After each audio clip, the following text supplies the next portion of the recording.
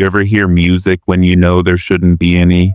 That faint, tinny sound drifting in from outside, and for a second your stomach knots up before your brain supplies the answer. A radio left on, a neighbor's TV, somebody's phone.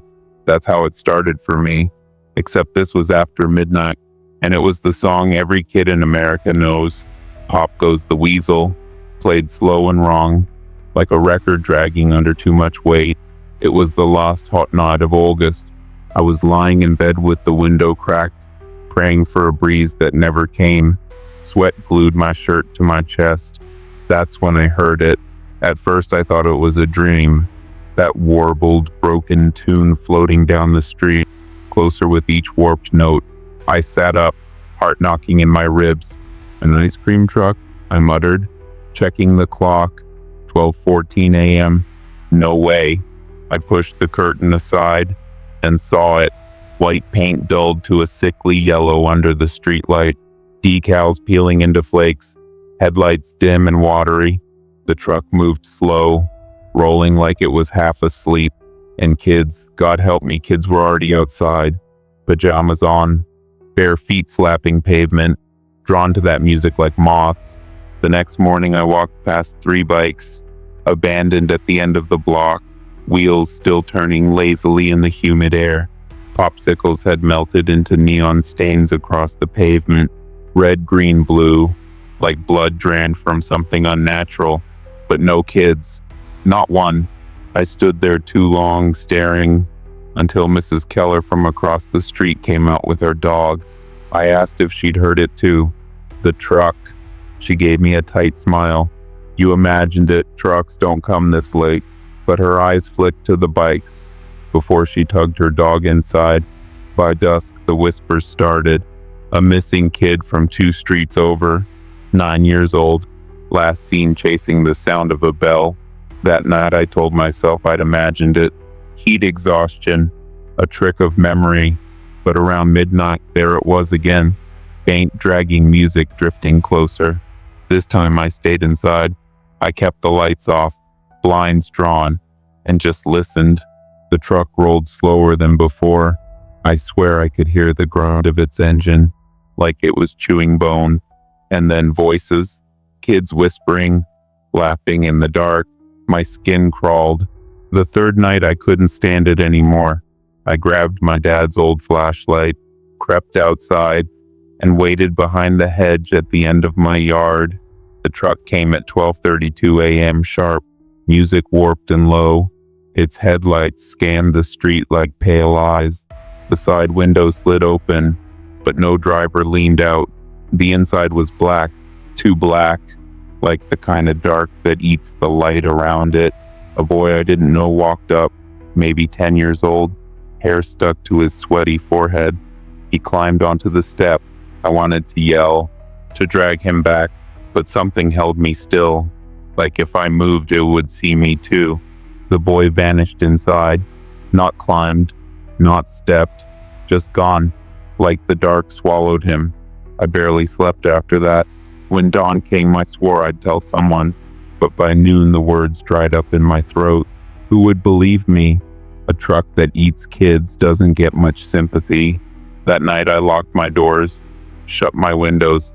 Hank turned the TV up loud, but at exactly 12:32 a.m., the music started, and then knock knock on my front door. I froze. Another knock, polite but patient. Do you want a treat? A voice whispered through the wood.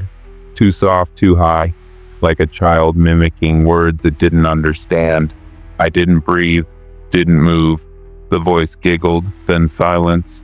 When I finally dared to look through the peephole, the porch was empty, but in the middle of my welcome mat sat a dripping popsicle, red syrup pooling like blood. The next morning, the neighborhood gathered in the street. More bikes, more missing kids. The cops showed up this time. They knocked on doors, scribbled notes, muttered theories. I told one of them what I'd seen. The flashlight beam, the boy disappearing, the popsicle left on my mat. He looked tired. Ma'am, there hasn't been an ice cream truck in this county for over 15 years. Company shut down after some incident. What kind of incident? I asked. He just shook his head. Best not to spread stories. But I saw his hand tremble as he shut his notebook. I should have left town, packed a bag, driven anywhere. But I didn't. Maybe some part of me needed to see how it ended. So the last night of August, I sat by the window with the lights off, waiting. The truck came slower than ever, music dragging so deep it sounded like voices moaning. The decals on its side writhed, colors shifting as if they were alive. And this time, it stopped in front of my house. The window slid open. Something leaned out. Not a man, not even close. A shape of shadow, stitched into the outline of a face. Too many teeth gleaming in the dark. Do you want a treat? It asked. Every muscle in my body screamed yes. My mouth watered, stomach twisting with hunger so sharp it felt like pain. I gripped the arms of my chair until my nails split. Then I shut my eyes.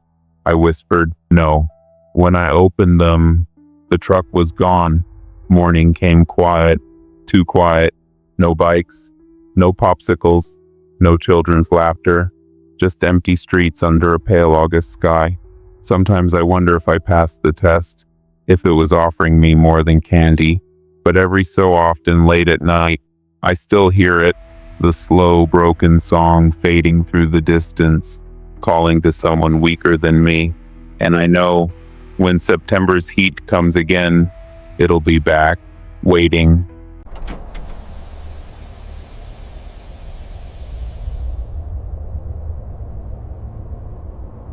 The first time I saw it, I thought it was just some old junker rattling through town, rust bleeding through the yellow paint, windows clouded like old glass, tires sagging with every turn. But when the bus stopped and opened its door with a hiss, kids climbed aboard, kids I'd never seen before in my life. And I've lived here since I was born. It was late August, that strange time when summer feels thin, already stretched too far. The heat had broken, and the air smelled like dry corn husks. I was biking down Maple Road with my buddy Ryan. When we heard it, a deep coughing engine, followed by the squeal of brakes. We turned and saw the bus. No number on the side, just a faded stripe where one must have been. The driver was a shadow behind dirty glass. Field trip? Ryan asked, shading his eyes. But the kids climbing aboard weren't ours. They weren't from Willow Creek Elementary. They looked pale, tired. Their clothes didn't fit right. Too big, too small, out of style. One girl's dress looked like something from the 70s. And when I pedaled closer, something colder hit me. The kids didn't speak, didn't laugh or push. They just filed in one by one, like they'd been doing it forever. That night at dinner, I told my mom what I saw. She frowned, fork frozen in midair. Honey, there isn't a bus that runs out that way anymore, she said. But I saw it. Kids got on. What kids? New ones, families we don't know. Mom looked at Dad like she wanted backup, but he just kept chewing, slow and thoughtful. 2 days later, Ryan and I went door to door. We asked, hey, we saw your little girl on the bus. What grade is she in? Every parent gave us the same look, confusion then irritation.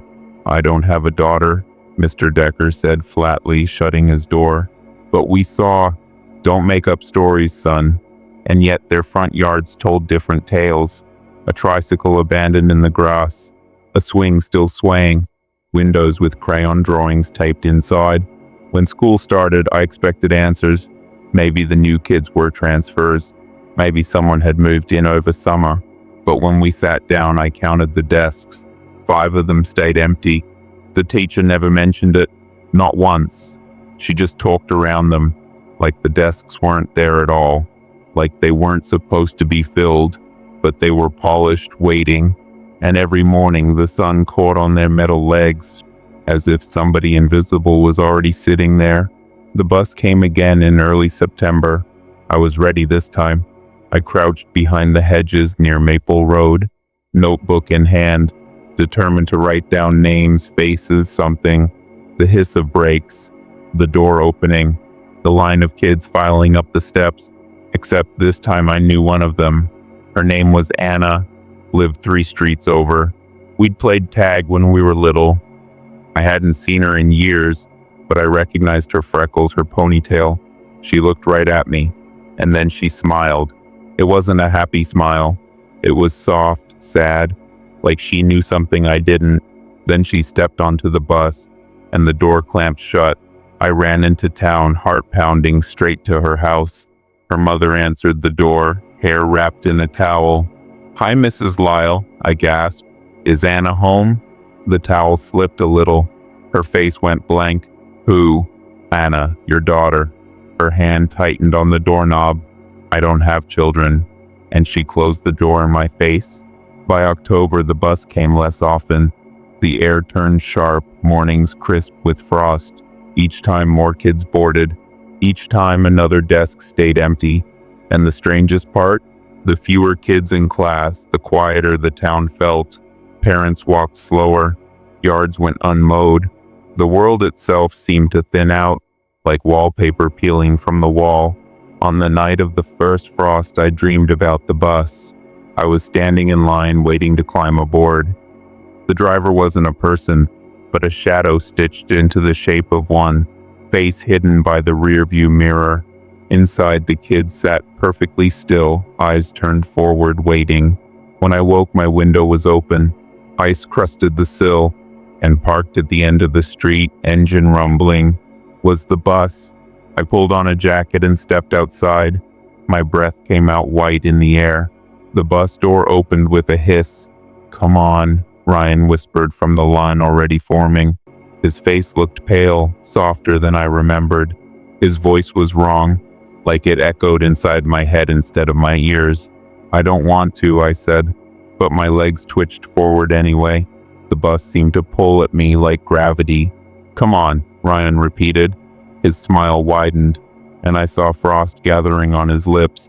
I stumbled backward, fell to the ground, and scrambled inside my house, slamming the door. The hiss of the bus door echoed in my bones, long after it drove away. By November, the bus stopped coming. The snow fell, the world turned white, and the town grew quiet. But in class, the desks stayed empty. 5 at first, then 7, then 10. The teachers never said a word. Sometimes when the room is too quiet, I catch myself glancing at those desks, and I swear for just a second, I see them filled, pale faces turned toward me, eyes unblinking, waiting, and I think about how close I came to stepping aboard, how next fall, when the heat starts to break and the air smells of dry corn husks again, the bus will return, and this time, I might not be strong enough to say no.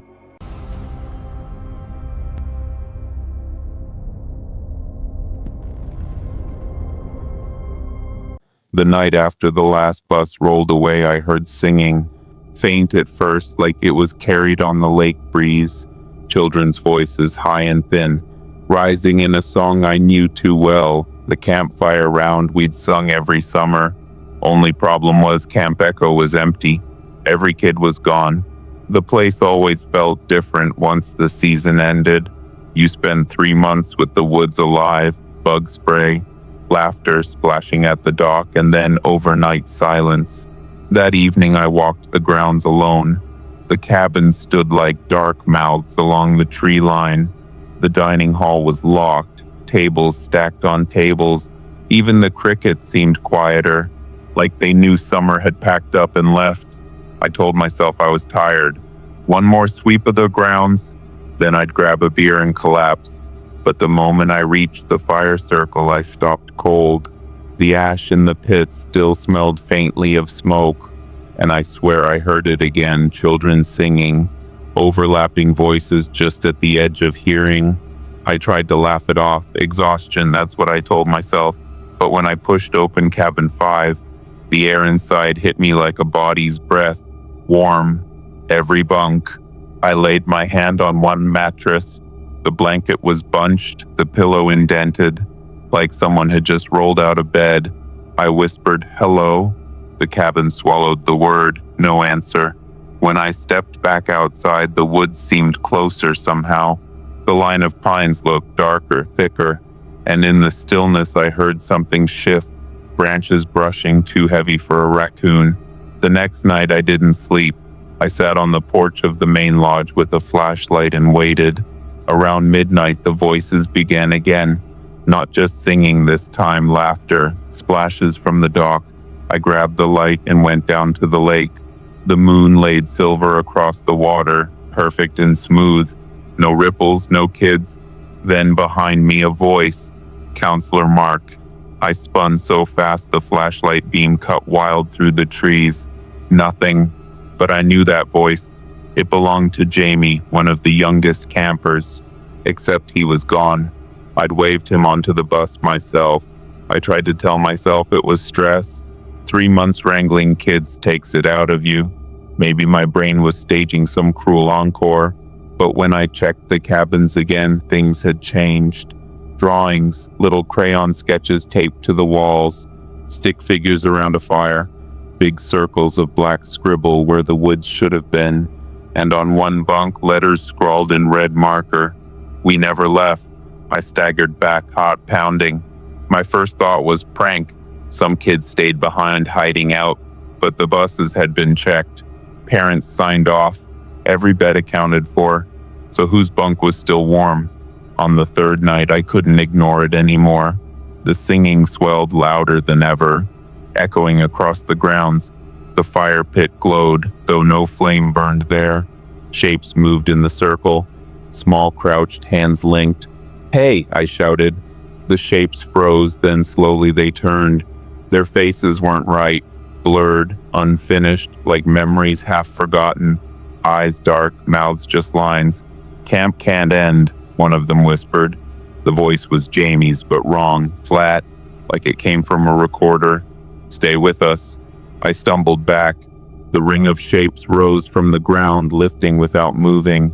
Shadows stretching into the trees. The air smelled of charred marshmallows, and something sweeter rotting beneath. My flashlight flickered out. I ran. I don't remember reaching my cabin. I woke the next morning in my bunk, boots still on, flashlight dead in my hand. The camp was silent, too silent. No footprints by the fire, no drawings in the cabins, just emptiness. I left that day, locked up early, dropped the keys in the director's mailbox, and drove without looking in the rear-view mirror. But here's the thing, I can still hear them, even now, months later, in my small apartment miles away. I'll be lying awake at night when a tune drifts in through the window, that same round, sung off key by voices that never should have followed me. And when winter came, I dreamed of Camp Echo again, snow covering the fire pit, cabins glowing faint with light, bunks warm despite the cold. Something in those woods doesn't want camp to end, and I'm starting to think it never does.